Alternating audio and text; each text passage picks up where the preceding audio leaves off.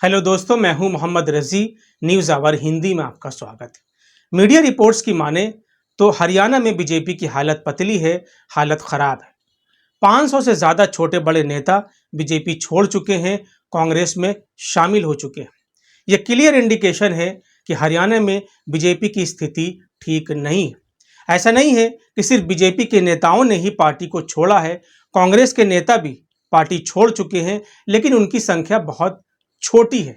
और आमतौर पर चुनाव के दौरान ऐसा होता है कि नेता पार्टी को छोड़ते हैं, दूसरी पार्टी में शामिल होते हैं। लेकिन जब सत्ताधारी दल के नेता पार्टी को छोड़ें, वो भी इतनी बड़ी संख्या में, तो समझ लेना चाहिए कि बीजेपी की हालत खराब है वास्तव में।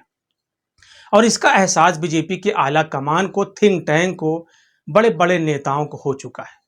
और शायद यही वजह है कि नरेंद्र मोदी मैदान छोड़कर हट चुके हैं।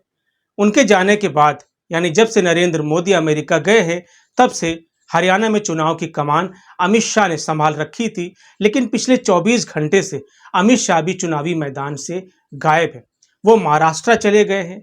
सोचिए जरा सा कि 10 से 12 दिन के बाद हरियाणा के अंदर चुनाव होना है, और नरेंद्र मोदी और अमित शाह ये ऐसे नेता हैं जिन पर पूरी पार्टी की कमान टिकी हुई है, पूरी पार्टी की निगाहें हैं, पूरी पार्टी को उम्मीद रहती है कि नरेंद्र मोदी और अमित शाह यही वो दो नेता हैं जो पार्टी की नैया पार लगा सकते हैं। और दोनों ही नेता चुनाव से गायब हैं। आपके लिए समझना आसान है कि चुनाव में बीजेपी की स्थिति क्या है। और शायद यही वजह है कि तमाम सर्वे एजेंसियों ने बीजेपी को कमतर दिखाया है हरियाणा के अंदर। CSDS हो, सी वोटर हो या फिर पोल, सब ने बीजेपी को कम सीट पाते हुए दिखाया है हरियाणा के अंदर, जबकि कांग्रेस को एज लेते हुए, यानी फायदा लेते हुए दिखाया गया है।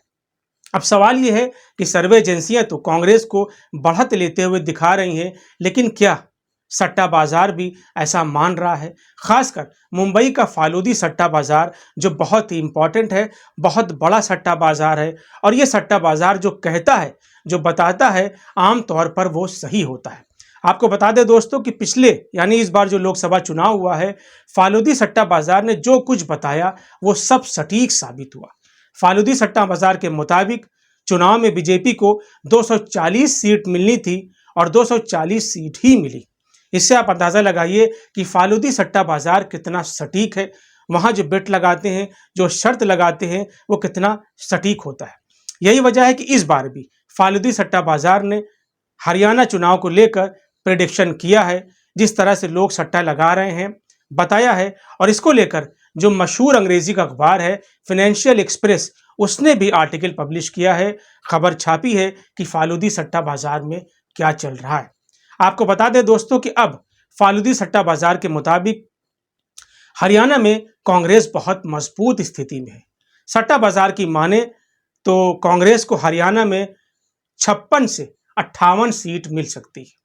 यानी हरियाणा में कुल 90 सीट है और सरकार बनाने के लिए 46 सीट चाहिए। फालूदी सट्टा बाजार के मुताबिक कांग्रेस को 56 से 58 सीट मिल रही है। यानी यहां कांग्रेस आराम से सरकार बनाते हुए दिख रही है, बल्कि उसे 10 से 12 सीट ज्यादा मिल रही है। यानी 2/3 सीटों पर कांग्रेस कब्जा करने जा रही है।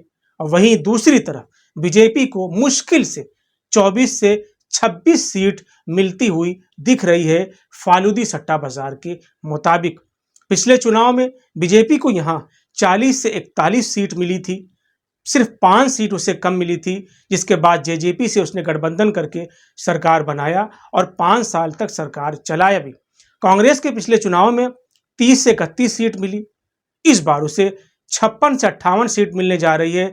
आप अंदाजा लगाइए कि कांग्रेस को लगभग 2 गुनी सीट का फायदा होने जा रहा है और बीजेपी को इतनी ही सीट का नुकसान होने जा रहा है। यानी फालूदी सट्टा बाजार की माने तो कांग्रेस हरियाणा में बहुत बढ़त लेते हुए दिख रही है, एब्सोल्यूट मेजॉरिटी के साथ सरकार बनाते हुए दिख रही है। 5 अक्टूबर को दोस्तों चुनाव होना है हरियाणा का, और 8 अक्टूबर को रिजल्ट आपके सामने होगा। फालूदी सट्टा बाजार कितना सही है, तमाम सर्वे एजेंसियां कितनी सही है, ये सब रिजल्ट वाले दिन मालूम हो जाएगा। आपकी जो भी राय है हमें कमेंट बॉक्स में ज़रूर लिखें। फिलहाल आज के लिए इतना ही। वीडियो पसंद आया हो तो इसे लाइक और शेयर ज़रूर करें। चैनल को भी सब्सक्राइब करें। धन्यवाद।